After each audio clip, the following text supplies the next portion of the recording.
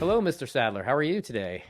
I am great. I'm really excited to be on your podcast here. I certainly appreciate it.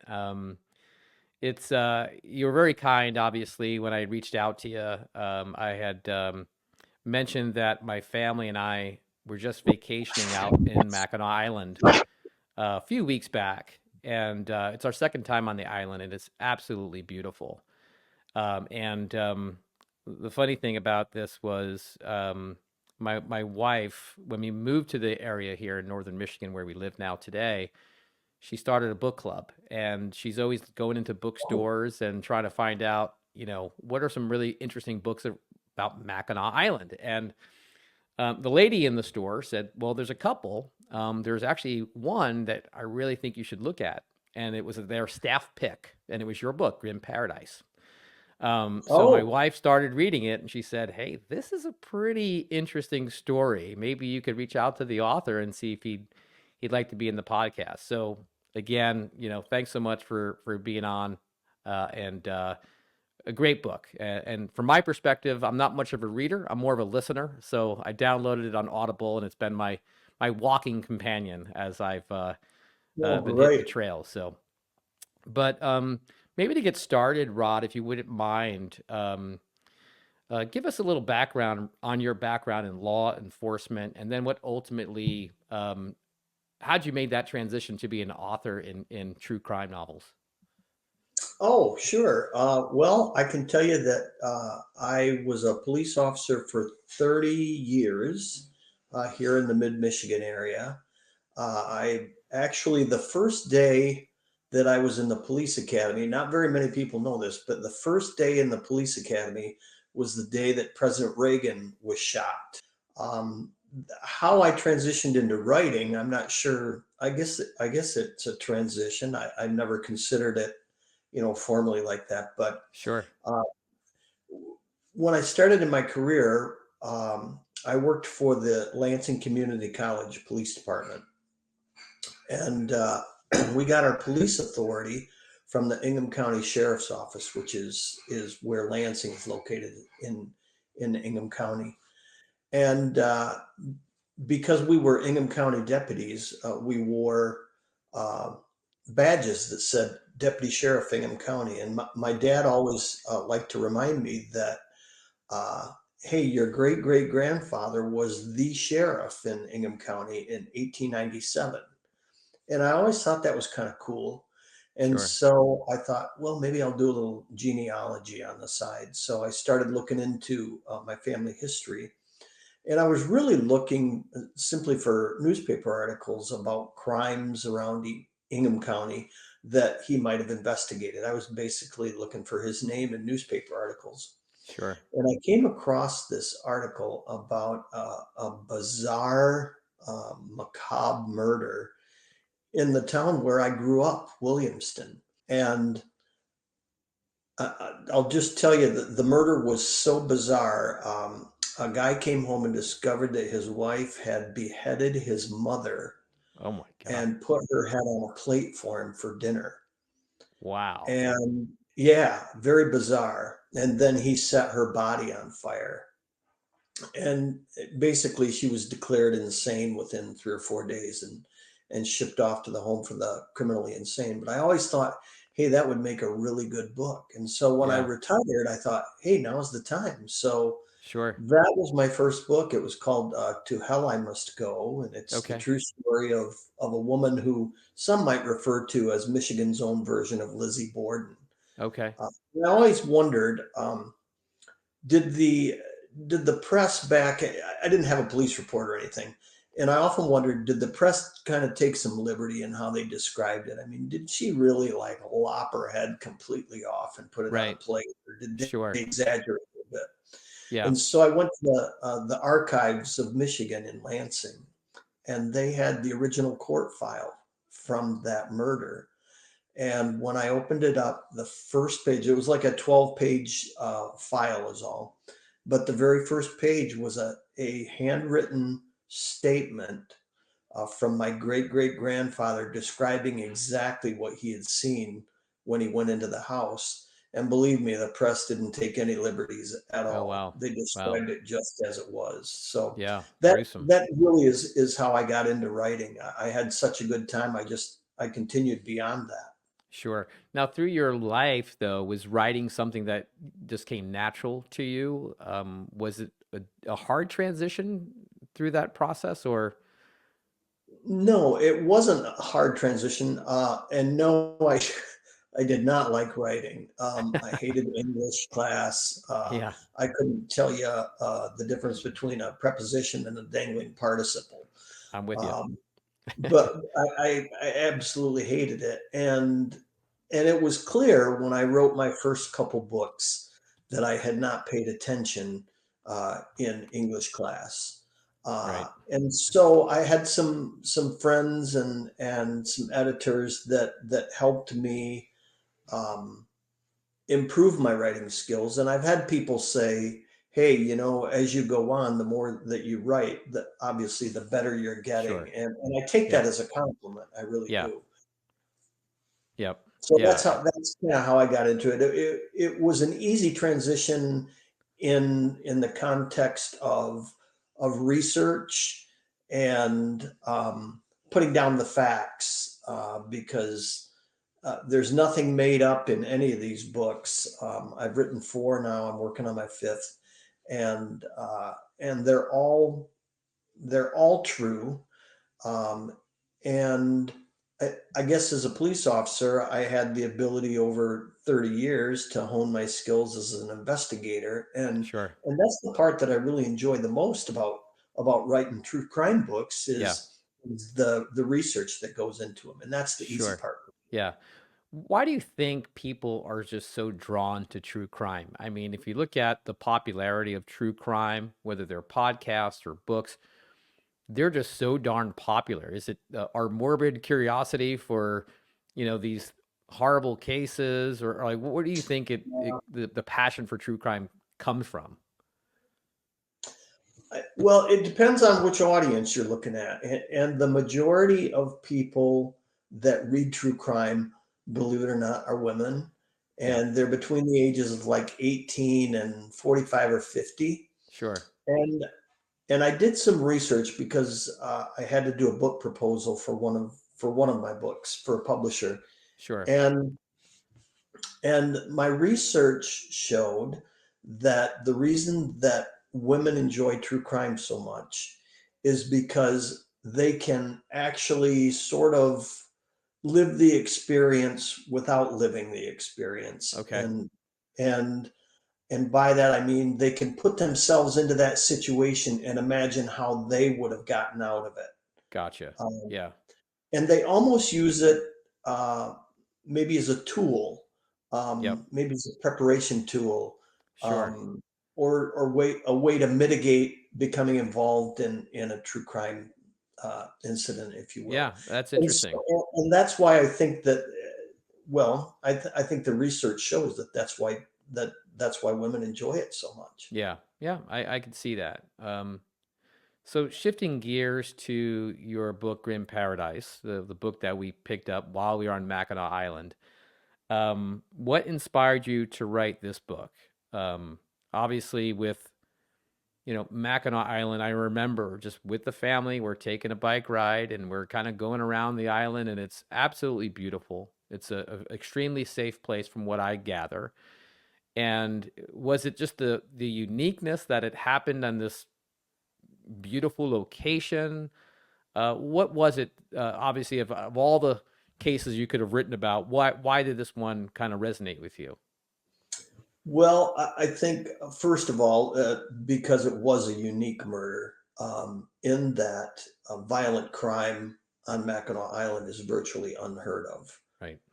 at least back in the '60s Sure. and before that. Um, I have a I, at the time that I started researching this particular book and writing it, I was working part time in retirement, and my boss did the Port Huron to Mackinac race every year. He's a Mm, sailor, right. and And that he still kind goes of. on to this day, Rod?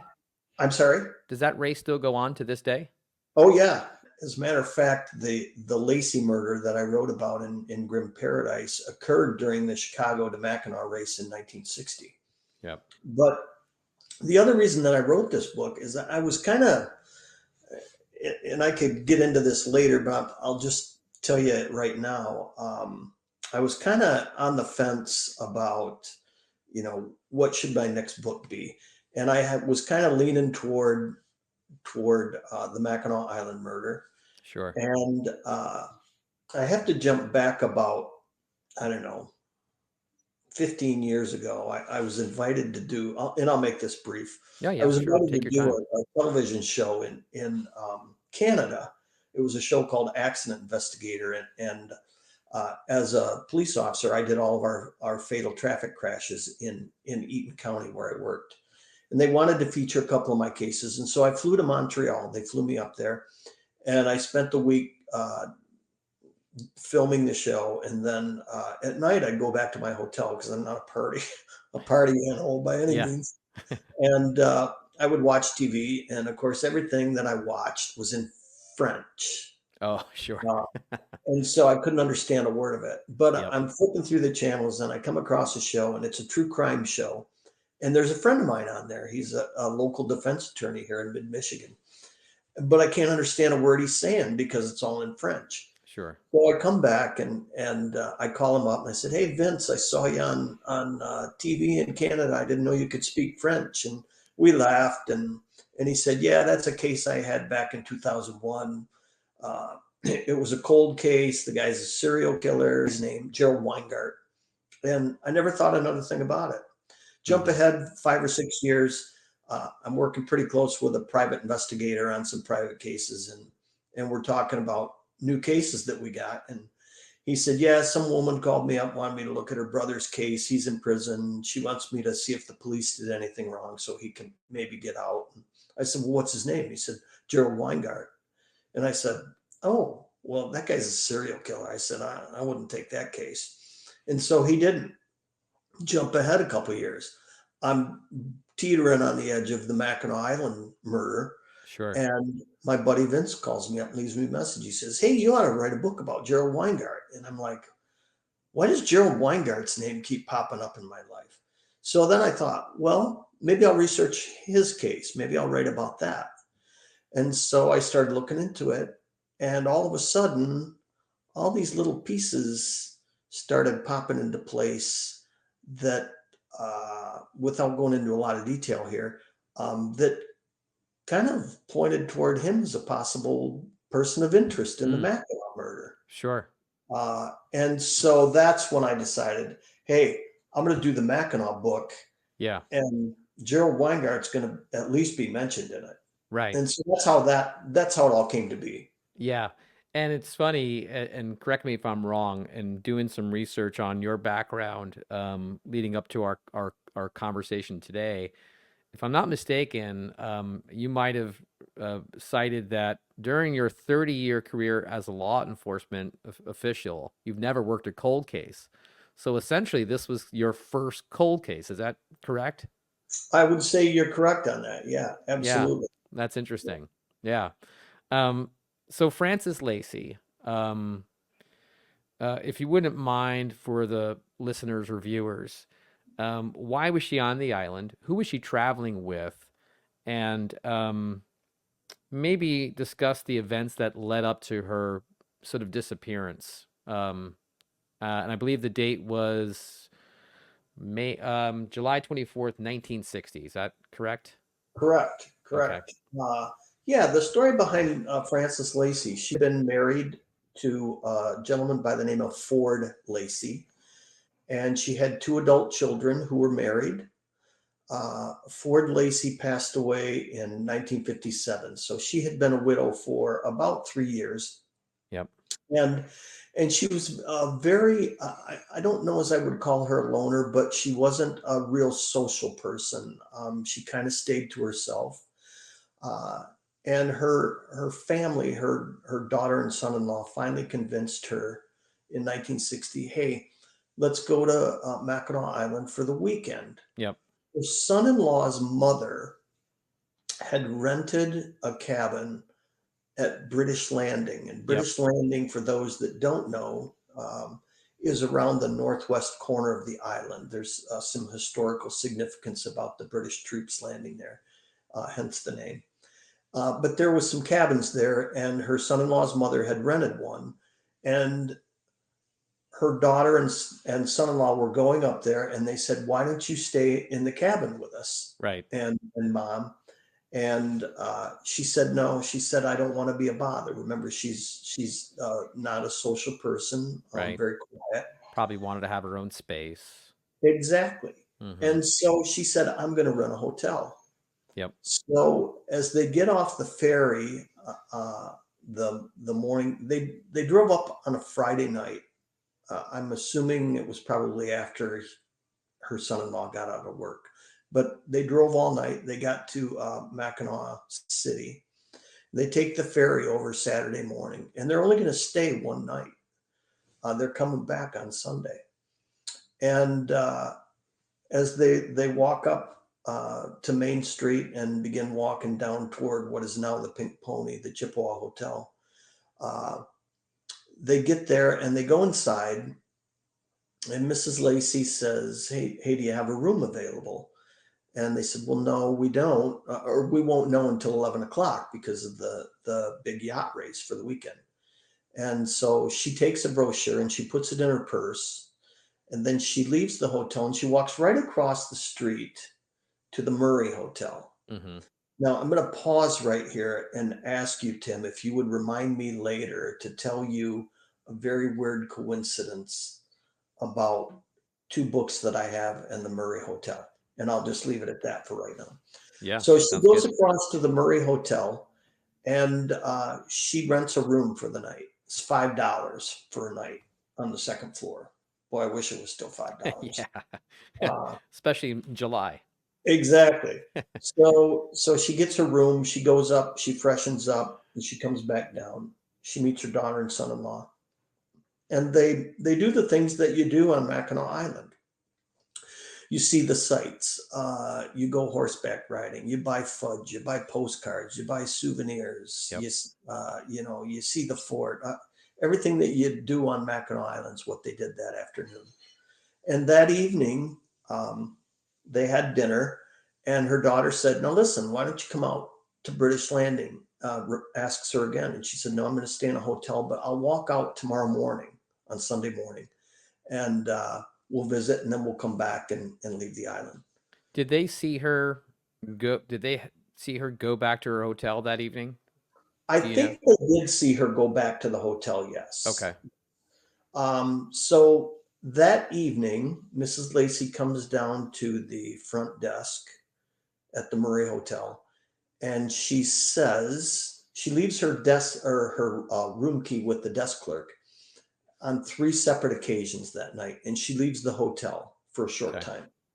To this very day, nobody knows where she went or what she was doing. Hmm. Probably just an odd coincidence, but uh, nobody ever found out what she was doing. Right. She finally comes back and says, "This is the last time. I'm going to leave my key here. I'm not going to leave the hotel anymore." So she goes to her room.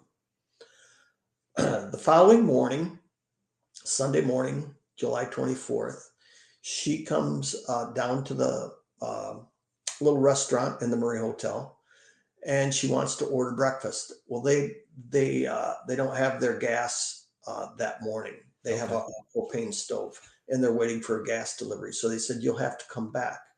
So she comes back at about 8:30, and she has coffee, pancakes, eggs, and bacon. Oh no, I'm sorry. She has pancakes, bacon, and These are cantaloupe. cantaloupe. Yep. Yeah, cantaloupe. And she has breakfast, and she leaves her baggage at the Murray Hotel in the baggage area because you can come back and pick it up if you're leaving the island later in the day. She sets her key on the front desk, but the desk clerk is busy, so he doesn't really notice her. And she leaves at Mm-hmm. about 9:30. At the same time, there's a couple that arrives on the island, and they're not supposed to be there because they're having an affair. Yeah. And they rent a bike and the ticket on their bike is stamped 9:30 a.m. So the police know for certain that's when they rented their bike, Yep. which is about the time Mrs. Lacy leaves the Murray Hotel. Mrs. Lacy's walking. She's walking around the west side of the island to get out to British Landing. The couple begins to ride around town, and after a while, they decide, hey, let's drive around the west side of the island. So they do, and they get to an area north of Devil's Kitchen, about a half a mile, and they see a purse laying alongside the road. And they stop, they begin to look through the purse, and they find identification for a woman named Frances Lacy. Mm-hmm. They have no idea who she is. Obviously, no Sure. one is missing at that point that anybody knows about.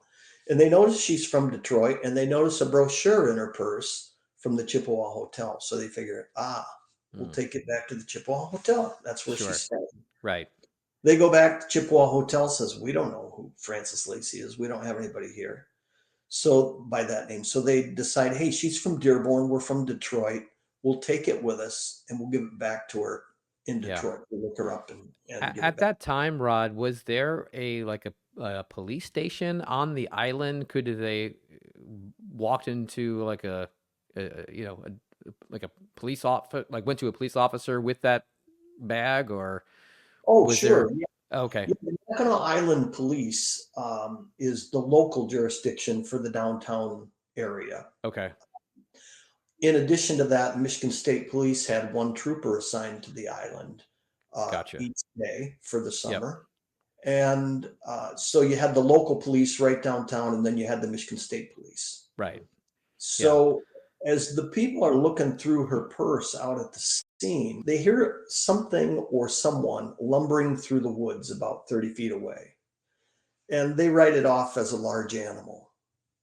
Police later theorized that it was probably the killer, having just murdered Mrs. Lacy and was probably making his getaway. Right. But nobody knew that at the time. Yeah. So And they for go what I'm back not to, mistaken, there's no large animals on the island, right? I don't think there's a you know, population of deer or any of that stuff where it could have been the noise, or was that? that's a great question. No one has ever asked me that, and because it is a small 8 square mile island, honestly, I don't know.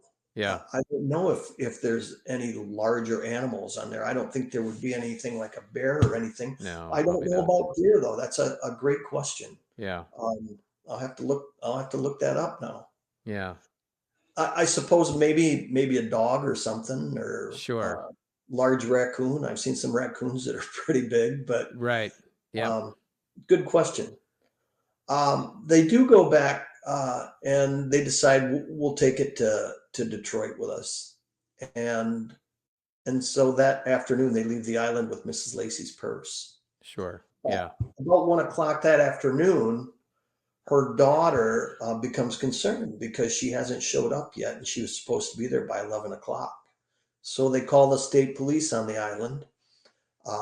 They have the local Mackinac Island police check her room. Nothing is amiss. They do find a 6 pack of Carling Black Label beer under the bed. But the police report doesn't indicate whether that has been opened. Okay. They just said it was under the bed. Right. Theoretically, it could have been left there by a The previous guest. previous guest, if you Mm-hmm. will. Sure. So he begins to look. He begins to search the island, and he searches for 11 hours, 12 hours. Well, probably 10 hours, but by the time he decides to call the post commander in St. Ignace, it's already been 12 hours since she was supposed to arrive at British Landing. And the post commander says, "Hey, we'll bring out a contingent of troopers in the morning, and we'll search the island again." And he begins, because he's got some experience. He's automatically thinking, foul play may be involved. Mm. The original trooper, who's a young trooper, thinks she's just lost. She's got to be Sure. lost, or she's hurt somewhere on the island. Right. So the next morning, the troopers get out there and they begin a search of the island with 65 local volunteers from the island. And they search, they bring in bloodhounds from the west end of the UP. They search, they search, they search. They pick up her scent on the boardwalk, which goes around the west end of the island, Yep. but they lose it where the boardwalk ends. Right. On Tuesday, the search resumes, or was going to resume, but there's heavy rain all day. So they call off the search.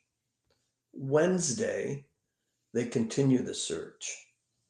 And the local police chief says to the detective now handling the case, "Hey, there's a guy here on the island that's he's like a Visa card. He's every place he shouldn't be, Mm-hmm. uh, and you probably should talk to him because he really is an odd duck."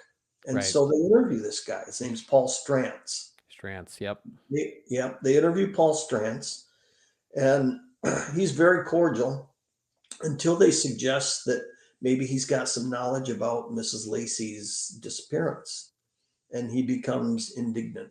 Mm. Um, and they said, "Well, if you're not involved in her disappearance, why don't you let us search your room?" Paul Strantz was a transient island worker that came up every summer from Indianapolis, and he just did odd jobs on the island Sure.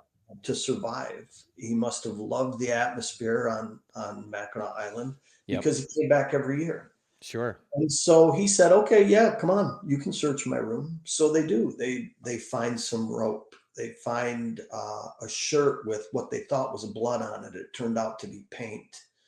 Um, his suit coat was wet, or his suit was wet. He said he'd gotten caught in the rain.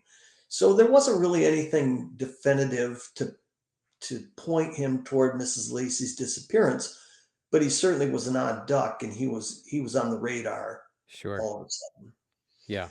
Uh, this was on Wednesday. On Thursday, the media has already picked up on the story, and Yeah. it's spread around the state like wildfire.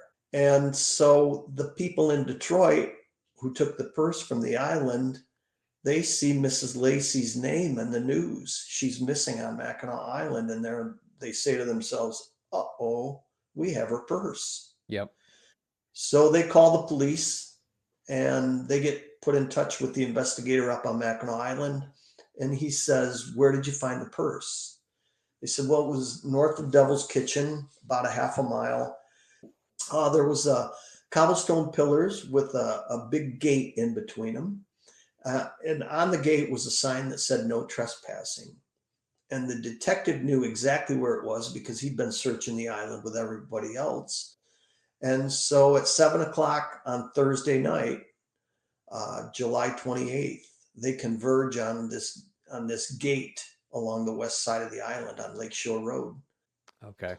And as they begin to check further, they get beyond the gate, and there's a path, if you will, and it goes for a short distance, and then it cuts to the right or to the east and goes uphill towards Stonecliff, the Stonecliff facility, which is now a resort. And as they get to where the path bends to the right, they can see an old, dilapidated, rotting rowboat laying in the weeds. So they go up and they check under this rowboat, and they find a pair of women's shoes. Mm-hmm. And one of the shoes is in a plastic bag, like from a store, and the other shoe is laying outside of it. Yep. In police work, we call this a clue. Sure. And so they begin to check a little further beyond that, and they can see a cedar tree that has been blown down at some point in the past. But what's odd about it is there's branches that are leaned up against it as if to Mm. conceal something. Sure. Yep. And as they get closer, they discover, because not only because of the odor in the area, uh, they find her body. Uh, Her body is facing to the west. Her head is facing toward Lake Huron, and her left arm is pulled up behind her back. Uh, her blouse is pulled up or pushed up if you will, to her, like her collarbones, and her bra is also pushed up, exposing her breasts. Her skirt is pushed up to her waist. It's suspected at that time, though they later confirmed it, that she'd been sexually assaulted, she'd been raped, and she had also been strangled with her own panties. And whoever the killer was, um, had first attempted to strangle her with his bare hands because they found fingertip bruising around her throat. And then he finished her off by using her own panties, and he stuck a stick or a piece of a tree limb down between her skin and the ligature knot, and used that stick as a lever to tighten it around her throat. Sure. Yeah. And uh, the police discovered at the scene, they discovered some hair on her body. Mrs. Lacy had black to graying colored hair. She was 49 years old. And these hairs were light blonde to brown in color. And so those were taken as trace evidence. And there was only 5 or 6 of them. There weren't very many. And once the crime scene was processed, incidentally, they did not have a photographer, police photographer on the island. So they went to the Grand Hotel and they grabbed the Grand Hotel photographer and enlisted him to help them. He shot the crime scene photos for them. Yeah. And so her body was quietly removed from the island, and an autopsy was done. And they discovered during the autopsy that she had been raped. They took serological slides of semen samples that were discovered, and they'd found some more light blonde to brown color hair. The the trace evidence was transferred not to like an evidence storage place. It was transferred to the Michigan Department of Public Health because in 1960, the crime lab, or what they called the Criminal Detection Laboratory, was part of the Michigan Department of Public Health and not part of the Michigan State Police. So the other evidence, like her purse and the panties and her Yeah. wallet, which was eventually found, those were all kept at a Michigan State Police post, while the trace evidence was kept at the Michigan Department of Public Health in Lansing, here on the north end of Lansing. And that Was becomes that somewhat important. unique at the time, or was that kind of the standard process That was the for standard crimes? process. That was the Gotcha. standard Okay. process. And that becomes important in the end here. And when we get to the end here, I'll tell you why that's significant. Uh, Okay. so they begin. They've got 12,000 people a day coming to the island at least. Where do you begin? Literally, Yeah. you've got Yep. thousands and thousands and thousands of people confined to a small island. You've Right. got workers, you've got tourists, you've got regular people that live on the island, and people are coming and going constantly. The ferries are arriving every 30 minutes, bringing people and taking people away. Yep. What a disaster! Yeah. So they Yeah. And you do touch on that too, Rod, in your book. And I can only imagine, we're talking 60 plus years ago now, right? right. That you know, the modern day maybe methods or technologies that are utilized today versus what it was like in 1960 in that environment, it had to be quite the undertaking. Well, I'll tell you, if you watch any of the old police shows, it's all good old fashioned police work. Yeah. It's talking to a lot of people, Yep. and trying to develop that evidence to compare with the small pieces of evidence that they discovered. They began by simply going up and down Main Street and showing Mrs. Lacy's picture to various shop owners and to locals and saying, "Hey, did you see this woman on Sunday morning walking along Main Street or the West Lakeshore Road?" That's how they started. And then they began to focus on people that suddenly left their jobs on the morning that she disappeared. Yep. And they brought Paul Strantz back in. They actually arrested Paul Strantz on suspicion of murder Yeah. immediately after they found the body. And they almost as quickly as they arrested him, let him go because they realized they didn't have enough evidence to hold him. And Sure. so, Remind me too. What was it that led to him being excluded as a suspect? well, they had no evidence. They really didn't. They had nothing other than some suspicious stuff like the newspaper article. I think was the the most odd thing that he had. The newspaper article that described how women should protect themselves if they're attacked.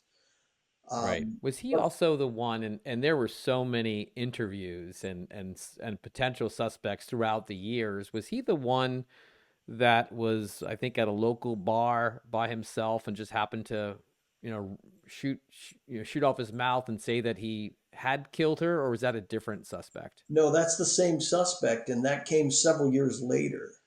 Uh, Okay. when some women came to an investigator, and I want to say this was 4 or 5 years after the homicide. A Okay. woman came and said, "Hey, we heard Paul Strantz at the bar, and he said he killed Mrs. Lacy." And so the police took him in again and questioned him again and gave him a polygraph, and or they were Yep. going to give him a polygraph, and it was clear that Paul Strantz had some uh, emotional problems. Sure.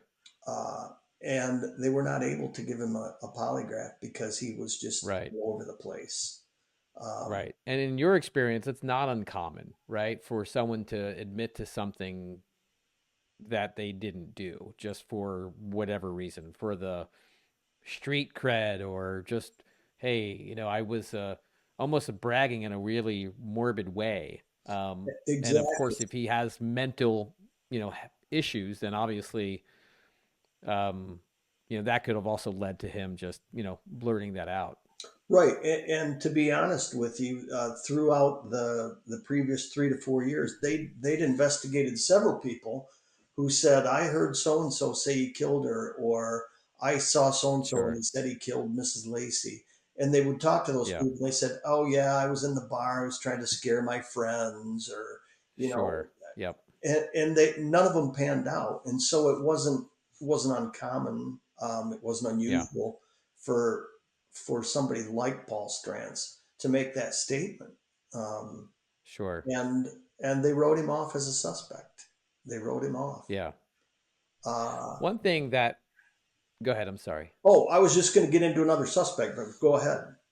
Yeah. No, no. I was just going to mention that one of the things that was quite surprising slash shocking to me was that a lot of those transient workers that were, either bartenders or dishwashers that were, working there during the summer, they all, or many of them had super sketchy backgrounds. And there was, and it's so weird to kind of think about that. And of course, it was 60 years ago.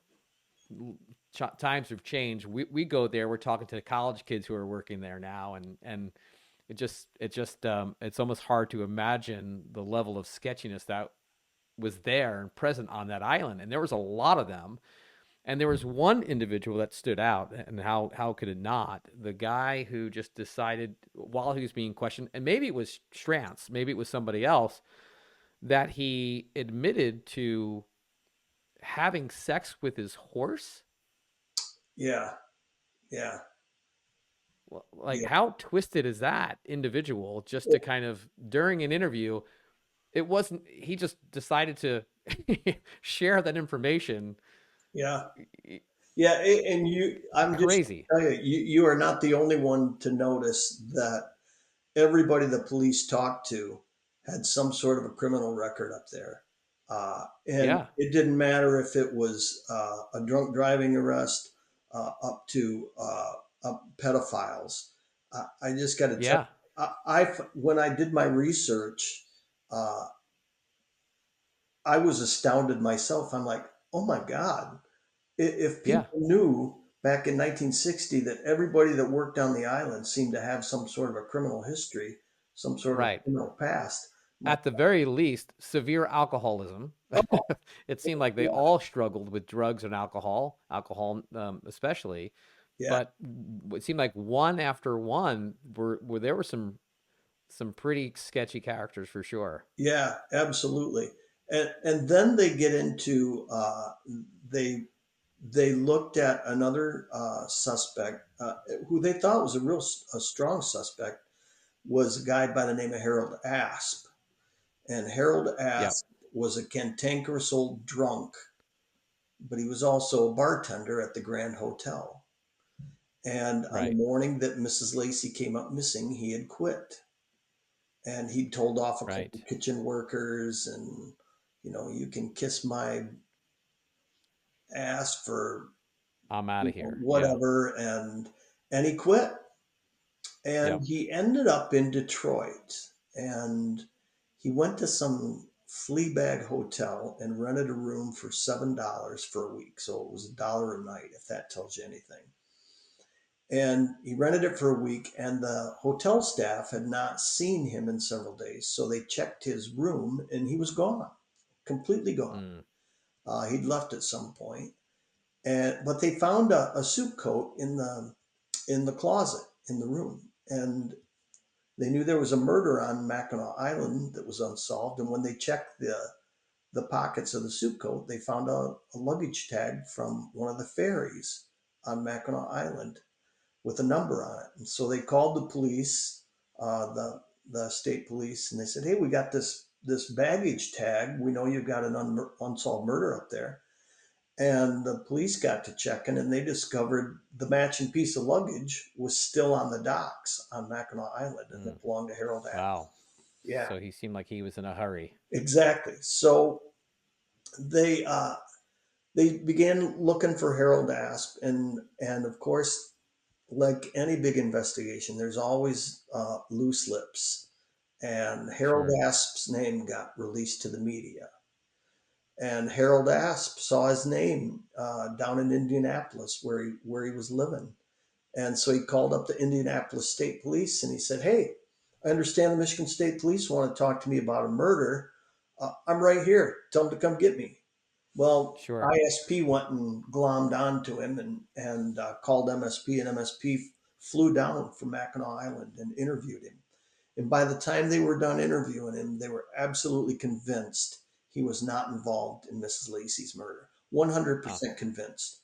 Though they didn't go in the police report that I had, the 2,000-page police report, uh, they didn't say why. It just simply said he is no longer a suspect.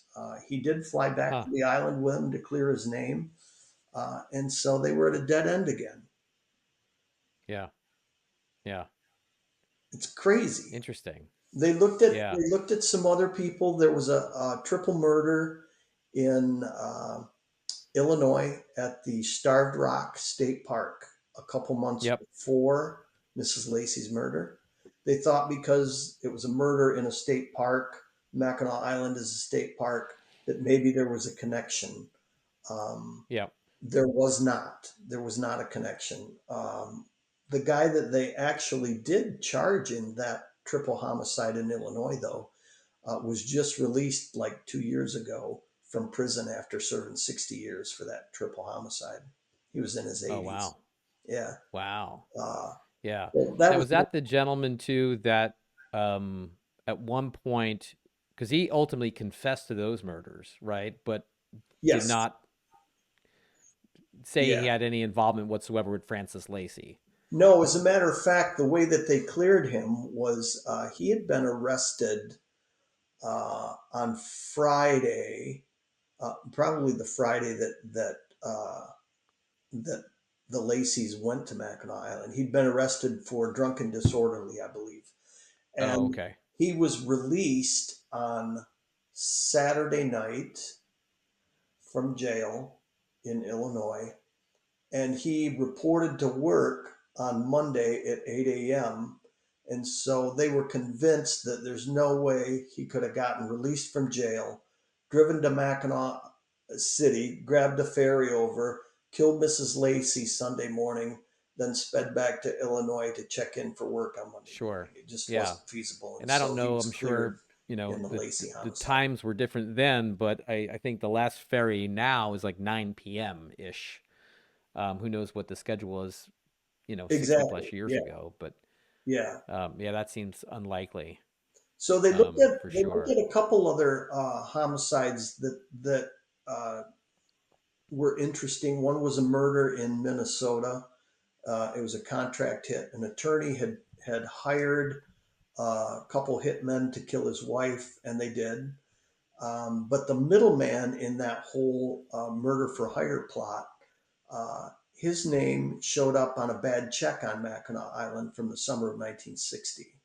And so they Yep. thought that he might be involved. And sadly, some of the police reports that I got, the supplemental reports, they might say, well, so and so is cleared, um, but they don't say why.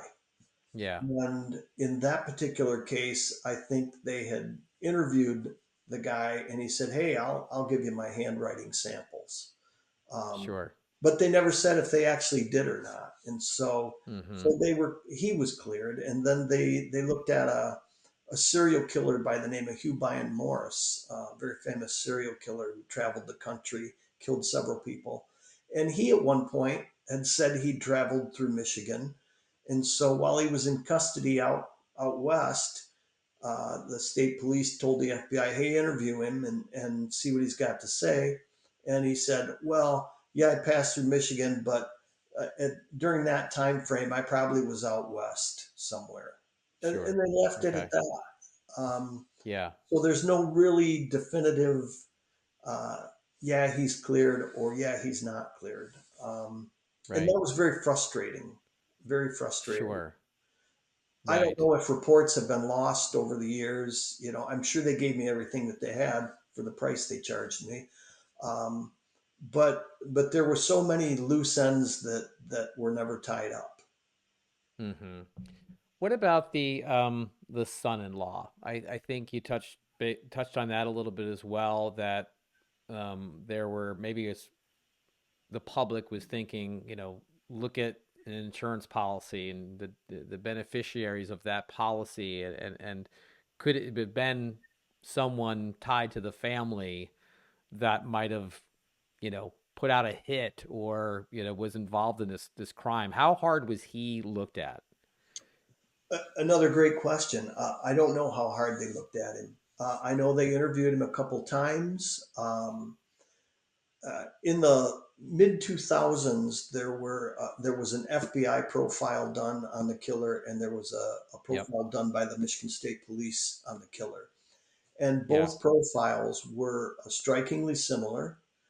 And both profiles said it was very doubtful that a family member was involved in the homicide. Number one, because Mrs. Lacy was raped, and it was very Yeah. unlikely that her son-in-law Sure. would do something like that.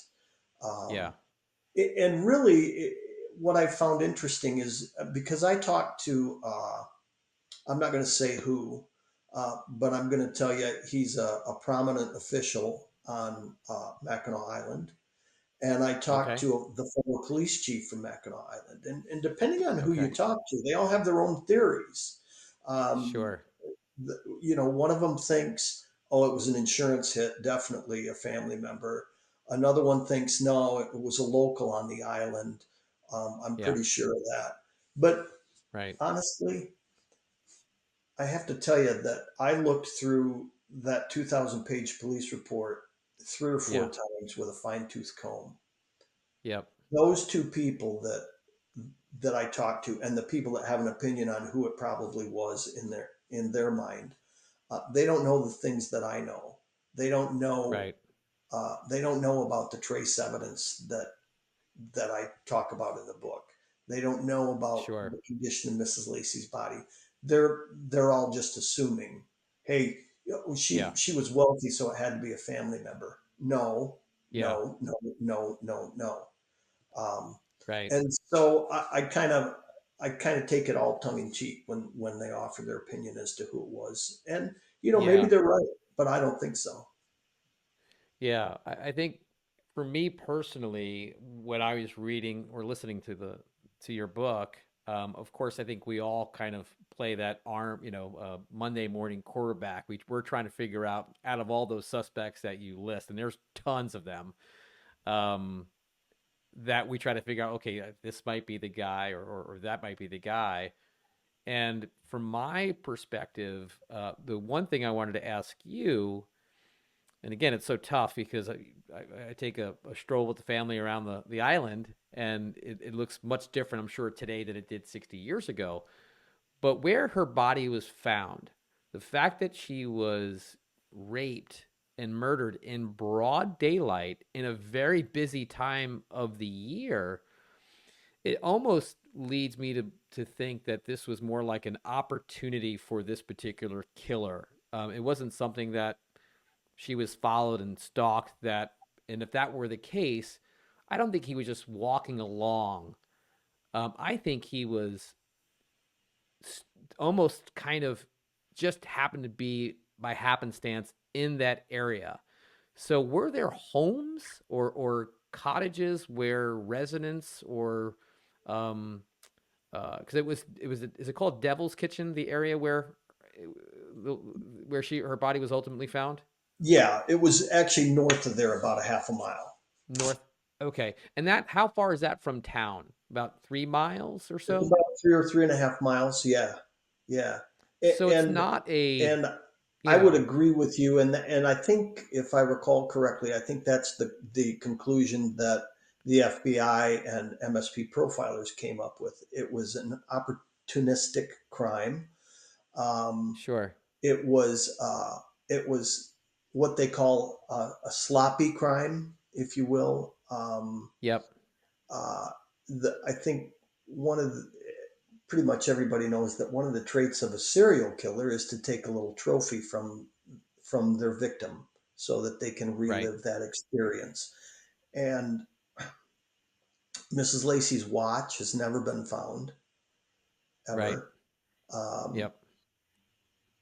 there was a little bit of money taken, but whoever did this definitely had a strong hatred for women, given Sure. the severity of the crime.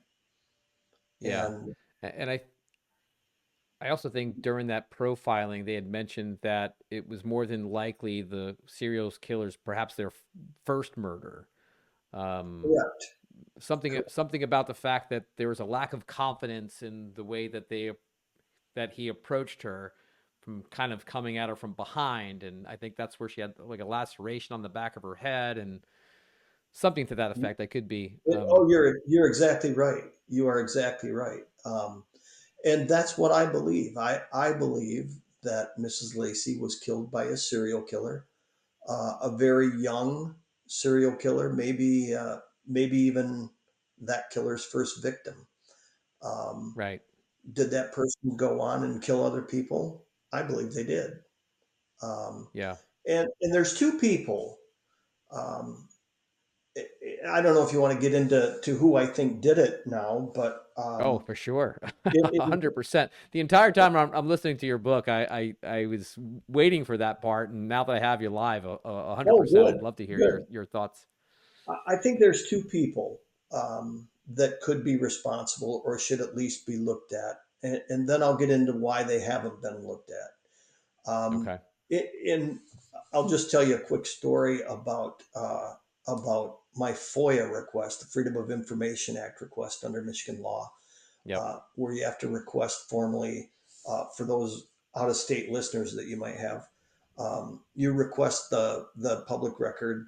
Um, they send it to you after you pay a fee, and so Yep. typically in the past I've done that, and they send me a letter saying, "Hey, we've got the documents you're looking for. We'll copy them for you, but we want half the fee up front in good faith." And I've sent it in the past, and So this time they called me, and I said, what, "You want half the money up front?" "Yeah." "What's it going to be, like $200-300?"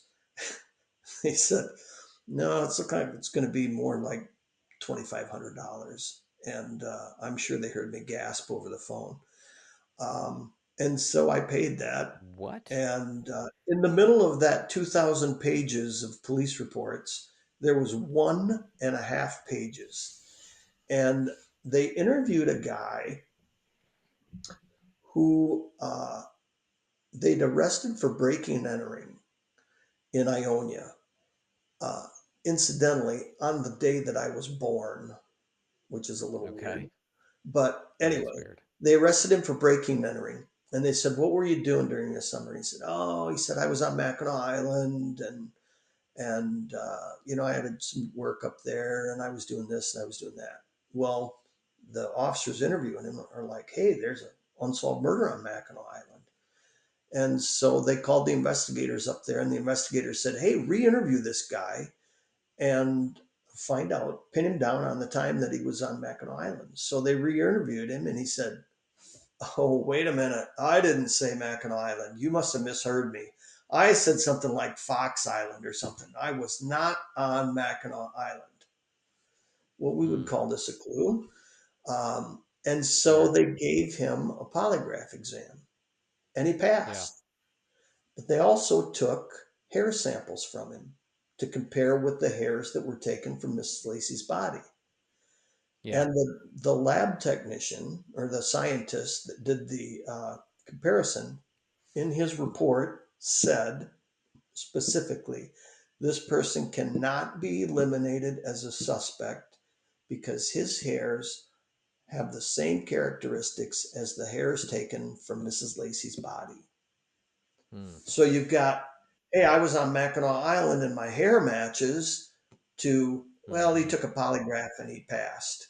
Now, I can tell you in my Right. experience in police work, um, there have been several people that have passed polygraphs that shouldn't have, Right. and it's been Sure. proven.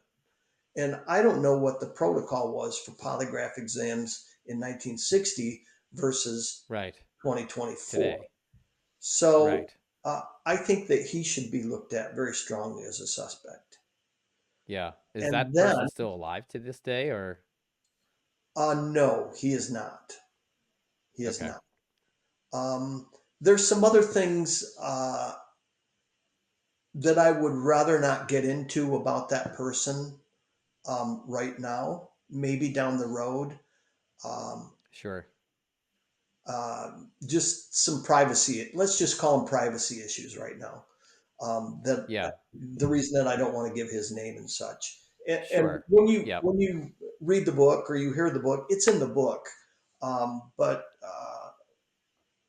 I think publicly in a forum like this, I'd just as soon protect that person's privacy for right now. Yep. Understood. Yeah. Understood. Backtrack a little bit too, Rod. I know that her belongings, and maybe you touched on this earlier, and I just didn't catch it, but her there was something of hers that was found near the Grand Hotel, Yes. um, and that's kind of odd that that got there. If kind Yeah. of going back to my theory of her, if kind of almost blows up my theory of if there was someone living around the area where she was murdered, how the heck did that item land up in the Grand Hotel area? Right. A gardener who could barely see, it was an older guy, came across her wallet. Uh, if you're Yep. familiar with Mackinac Island at all, there's a big boulevard that leads up to the hotel, Yep. to the Grand Way Hotel. up there. It's Yep. not an easy walk or ride on the bicycle. Right. That's a tough one. And about halfway up, it's still there, as I believe, but there's a trail that cuts off to the west and leads down toward the tennis courts and the swimming pool. And it was Yep. found right at that junction in some bushes. And that gardener kept it with him all day until he got back to wherever the gardeners convene at, and gave it to his boss. And his boss looked at it and realized it belonged to Mrs. Lacy, and so they called the state police. Um, how that got there, I don't know. Clearly, the killer put it there. There were no fingerprints on it. They checked that. Um, I suspect that there was one witness from Sunday morning who said that around 11 o'clock they were on a carriage ride along the West Lakeshore Road and they saw an 18 to 19-year-old white male walking along with his shirt undone, walking by himself down the Lakeshore Road. I suspect that was the killer. Um, Mm. I don't have anything to prove that, but I suspect that was the killer. And Yeah. he was probably on his way to the Grand Hotel to figured he could dump it up there somewhere. Um, but how Sure. it got there, I don't know. Yeah. Yeah. Wow. Um, And then we've got Gerald Weingart. Gerald Weingart, oh, that the right. the guy that I talked That was about the at the beginning. yep. Uh, I've given you the background on how or why I think he might be involved, and you have to understand that when you're working a cold case, you're looking for that one little tiny piece of information that'll break that case wide open. Gerald Weingart, uh, when I first began checking into his background, trying to see if I wanted to write a book about his murder that he had done, uh, I figured his first murder was in 1973. The case went cold until 1998 when they arrested him and he went to trial and got convicted. Right. I couldn't have been more wrong. His first arrest was not in 1998. His first arrest was in 1961, just a Okay. year after the Lacy homicide, where he Sure. raped a blind woman in Ann Arbor and left her for dead. Um, Gerald Weingart, in a wedding announcement from 1959 that I found, he told a reporter that he was gonna, now that he was married to his high school sweetheart, he was going to be going to college at the Michigan Institute of Mining and Technology, which, as we know, is now Michigan Tech. So he had some familiarity, clearly, with Northern Michigan and the UP. Yep. Uh, Gerald Weingart, when he raped the blind woman in 1961, he was already attending the University of Michigan as a sophomore and was not in Northern Michigan. The police report indicates in those 2,000 pages that they talked to several possible witnesses and or suspects on the island who were students at the University of Michigan. Um, guess what color hair Gerald Weingart had? Mm. Light brown to blonde in Brat. color. Like yeah. Yeah. Yep. And we know for a fact that Gerald Weingart was arrested for the murder of a 16-year-old girl in Montcalm County, about mid state, in the early 1980s. That case was thrown out because of a flaw in the search warrant. Let's just call it that. You can read the details in the book. Um, but the interesting thing about that particular murder of that 16-year-old girl is she was found 2 weeks after her murder in a grove of Christmas trees west of Cadillac. Mm. And the Okay. police report said that when her body was discovered, she had been strangled with a ligature, and it was so tight around her neck that it cut through the skin of her neck and rested against her spine. And Wow. I would ask you if that particular method of operation sounds familiar at all when you think Very about familiar. Mrs. Yep. Lacy being strangled. So Yeah. there are just too many things about Gerald Weingart that I think he can't be ignored as a person of interest in this Lacy homicide. So the question then begs, why hasn't the case been solved? You've got two good Right. suspect names. Why hasn't Yep. the case been solved? In the Yep. mid 2000s, A family member of Mrs. Lacy's inquired of the Michigan State Police uh, about the case. And so the detective in St. Ignace sent an email to the crime lab in East Lansing and said, "Hey, what's the status of the Lacy investigation, the evidence?" And the response he got was, "The evidence has either been lost, misplaced, or destroyed." That's a strange response. It Or is. is that the fact that, well, there's no definitive answer there? You're basically saying, well, misplaced. Well, Right. how is that misplaced? So back in 1960, It doesn't make a whole lot of sense. right, back in 1960, evidence was stored at, at the crime lab. Well, in 1976. In 1976, I have documentation in the police report that says all of the evidence in the Lacy homicide has been transferred to long-term storage in Lansing. Okay, Yep, I there's remember receipts for that. hearing about that. Yeah. So it's in cold case storage somewhere down in Lansing. And Yep. so I'm thinking, well, it's got to still be there.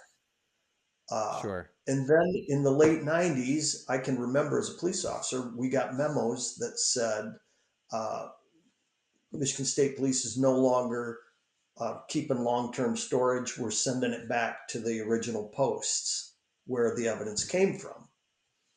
So I gave the evidence that I had developed about Gerald Weingart to the detective in St. Ignace as I started the book. And he assured me there's no Lacy evidence at the St. Ignace post. So, where is the evidence? Uh, Yeah. After the book came out, that was kind of frustrating because you don't have a definitive answer. Sure. And I know evidence can get lost. I know it can get misplaced. I know it can get destroyed. Um, but I had a couple people reach out to me after the book came out, and they were Okay. a former scientists from the crime lab in the 70s. And they said, "Hey, we read your book, and we think you should know that trace evidence back in the 60s and the 70s wasn't kept at a state police post. Trace evidence was kept at the lab, which is Okay. separate." Okay. Remember, I mentioned Right. the Criminal Detection Laboratory as part of the Michigan Yep. Department of Public Health. And Sure. the Criminal Detection Laboratory didn't become the crime lab with the Michigan State Police until the mid 70s. So for 15 or 16 years or so, beyond the Lacy homicide, it was the Criminal Detection Laboratory. So what they would do is they would keep a bunch of folders in a file with the case number on them. And if they had slides with little hairs or serological samples, they would simply pull those out of whichever case file they needed and compare it with the incoming evidence. So that leads me to believe that 15 or 16 years after the Lacy homicide, when the Criminal Detection Laboratory became part of the Michigan State Police, maybe all those old files were simply put in a box and archived somewhere in the Department of Public Health's archives somewhere in Lansing. Hmm. Right. Uh, and so I have not given up hope that maybe someday that evidence will be located. Sure. It's a million to one shot, but I Yeah. know I know of another case, and you can read about it. It's called the Snow Killings. It's about the Oakland County child killer in the mid 70s. And I know that that case was reopened in, oh, 2015 or so. And they went through uh, old case files and evidence looking for specific slides to create a DNA profile on the Oakland County child killer, and they found what they were looking for.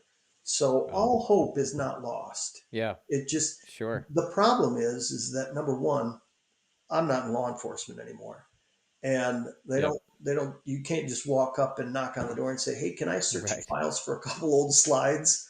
Yeah, it's not Yeah. going to happen. So, Right.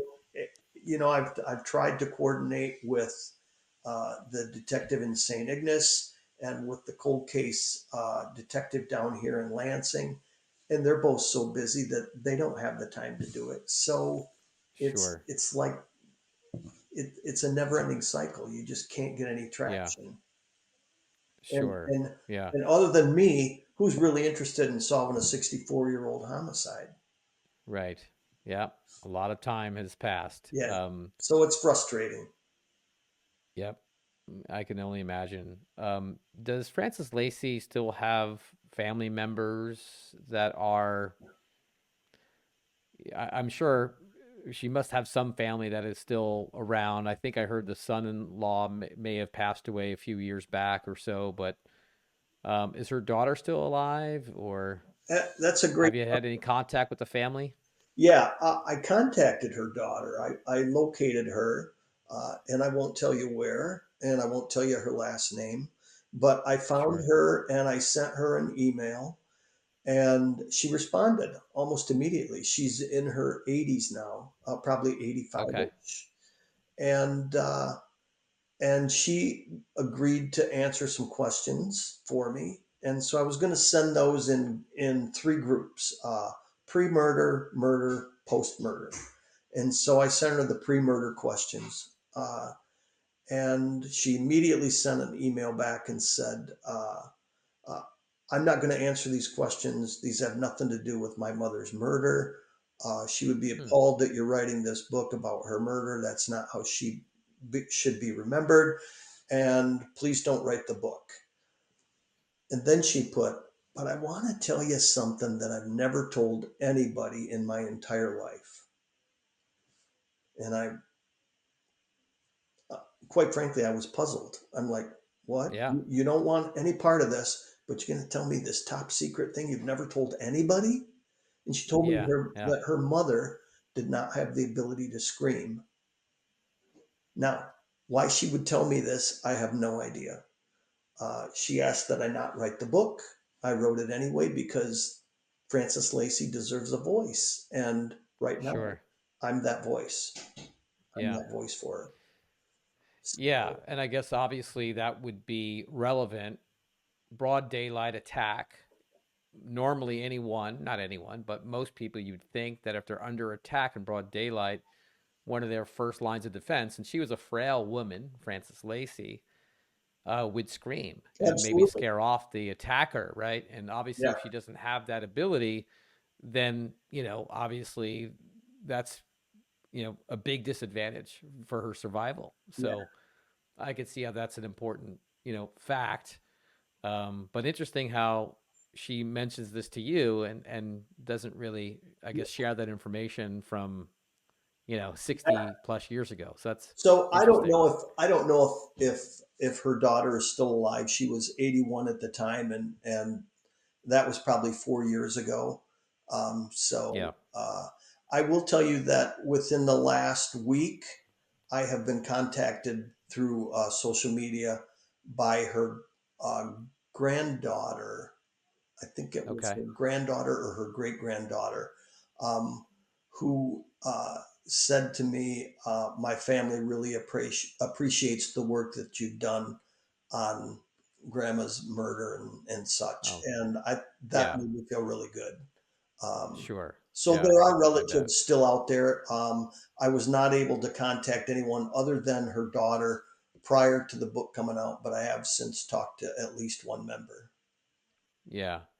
I mean, it's a fascinating, tragic story, in such a, beautiful location that, our family would love to go back every couple years or so. And to only imagine that it happened there is absolutely, horrifying. But it is, from all accounts, a very safe place.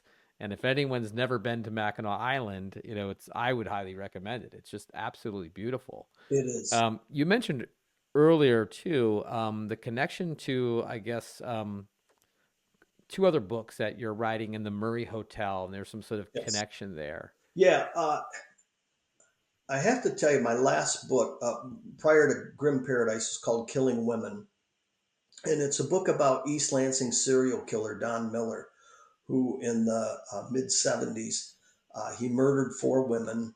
And then he was finally caught after he raped a 14-year-old girl who was in the process of killing her when her brother interrupted the assault, and he turned on her brother and tried to kill him, who he was only Wow. 13 at the time. Um, to make a long story short, because it's a 484-page book, but through my research and some of the people that I knew, I was able to befriend his dad, and his dad told me that in 1976, now you have to understand, Don Miller was born in 1954. So at the time of the Lacy homicide on Mackinac Island in 1960, he would have Yeah, only been he was a 6 years old. Okay. boy. Yeah. So he's not, I'll tell you right now, he's not a suspect in the Lacy homicide. But I did find it interesting that in 1976, just a few months, literally 2 months uh, before he began his killing spree, he worked a summer at Mackinac Island at the Murray Hotel. Wow. Kind of strange. Yeah, Kind of it is strange. strange. Yeah. Yeah. Again, kind of going back to the comment earlier of the level of sketchy characters that lived Oh, on or worked on that island back then. Um, yeah. just one person after another had just a really shady past. Yeah, So, they did.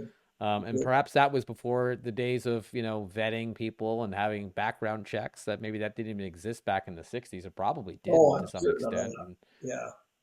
Yeah. so, what are you going to do? People are looking for work. You need to fill the positions, and they're they're they're they are who they are, I guess. Yeah. So, Yeah. um, so I guess to wrap this up, Rod, again, thank you so much for coming on the podcast. This is it's a fantastic book. I highly recommend it to anyone who's into true crime. Um, and I'm looking forward to checking out some of your other books. I'll make sure um, I leave a link to your website, and also where you can purchase the book on Amazon, or anywhere that books you can. I'm sure anywhere you can buy books, you can find your books. Is there anything that you'd like to sort of promote, or anything you're working on currently Well, I am you'd like to talk about about? halfway through my next book. It'll detail another serial killer here in mid Michigan from the mid 80s. And I really I won't go into much more detail than that right now. Sure. I'm going to Yeah. say I'm confident that it will probably be my best work yet. I think that the reader is going to find that it's a very fast-paced book, um, and I've never believed anybody that said I couldn't put your book down. But I truly believe when this next book comes out, it'll be one of those that it will be difficult to put down, because it's a very fast-paced accounting of a serial killer and his victims, and Sure. I think it'll be a good book. I really do. Yeah. Well, I'm looking forward to following you, and seeing the release of the book, and we'll definitely check it out for sure. Oh, great, So great. Thank you for having yeah, me. I got to tell you, I love to do podcasts. I've been doing them since 2015 for 9 years, and people reach out to me and say, "Hey, could you do my podcast?" And I'm like, "Absolutely, no question." So thank yeah. you for having me. No, thank you. Yeah, and hopefully, maybe I'll have you on next time. Oh, Perhaps at the great. next book. So that'd be great. So Yeah. again, thank you so much, and we'll stay in touch.